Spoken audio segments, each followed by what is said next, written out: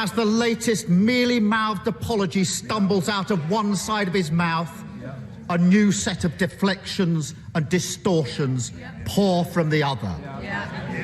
But the damage is already done. The public have made up their mind. They don't believe a word the Prime Minister says.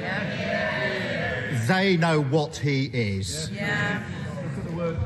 As ever with this Prime Minister, those close to him find themselves ruined, and the institutions he vows to protect damaged.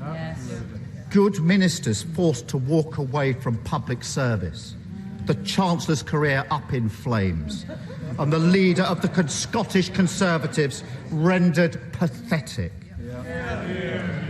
For all those unfamiliar with this Prime Minister's career, this isn't some fixable glitch in the system. It's the whole point. It's what he does. It's who he is. He knows he's dishonest and incapable of changing, so he drags everybody else down with him. The more people debase themselves, parroting his... Order! I can't hear what's being said because you're making... Mr Babrican, I'm all right. Keir Starmer.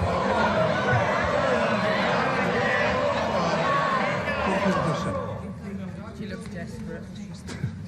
What I would say is I think the leader said dishonest. I don't think that's an appropriate word to be... I think I will make... We don't want to talk about breaking rules, do we? I don't think that's a good time to discuss. I just say, I think if he just withdraws that and works around it, I'm sure that with the knowledge that he's gained over many, many years, he can use appropriate words that is in keeping with good temperate language of this House. Keir Starmer. Mr Speaker, I respect that ruling from the Chair. The Prime Minister knows what he is. And so he drags everyone else down with him.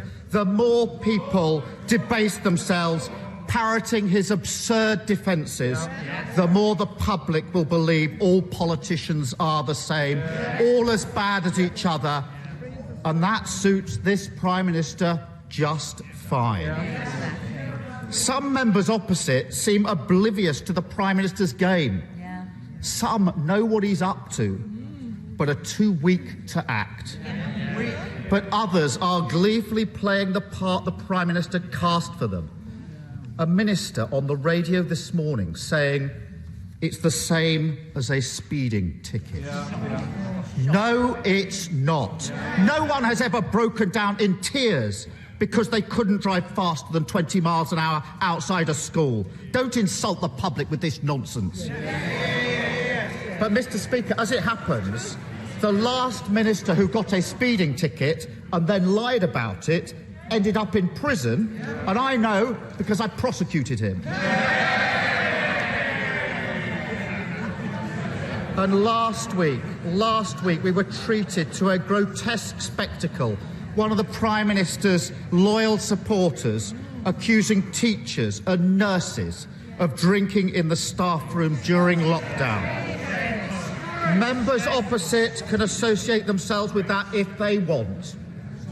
But those of us who take pride in our NHS workers, our teachers, and every other key worker who got us through those dark days will never forget their contempt.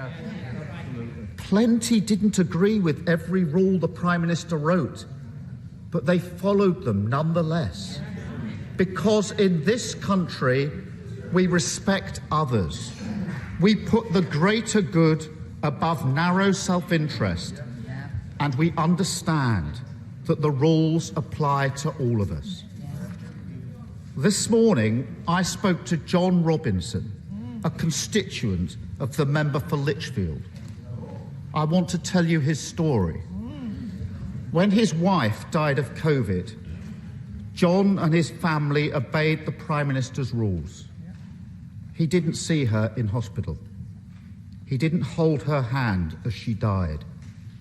Their daughters and grandchildren drove 100 miles up the motorway, clutching a letter from the funeral director in case they were questioned by the police. They didn't have a service in the church. John's son-in-law stayed away because he would have been the forbidden seventh mourner.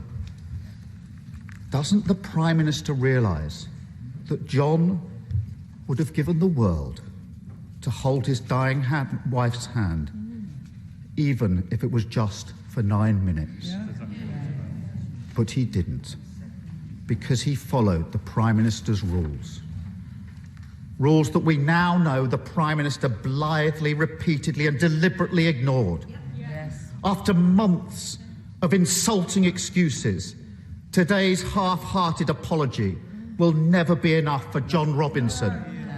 If the Prime Minister had any respect for John and the millions like him who sacrificed everything to follow the rules, he'd resign.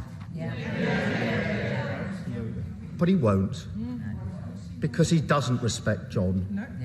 He doesn't respect the sacrifice of the British public. He is a man without shame. Looking past the member for Lichfield and the nodding dogs in the cabinet, there are many decent, honourable members on the benches opposite who do respect John Robinson, who do respect the British public. They know the damage the Prime Minister is doing. They know things can't go on as they are. And they know it's their responsibility to bring an end to this shameful chapter. Today I urge them once again, don't follow in the slipstream of an out-of-touch, out-of-control Prime Minister. Put their conscience first. Put their country first. Put John Robinson first. And remove the Prime Minister from office. Bring decency, honesty and integrity back into our politics. And stop the denigration of everything that this country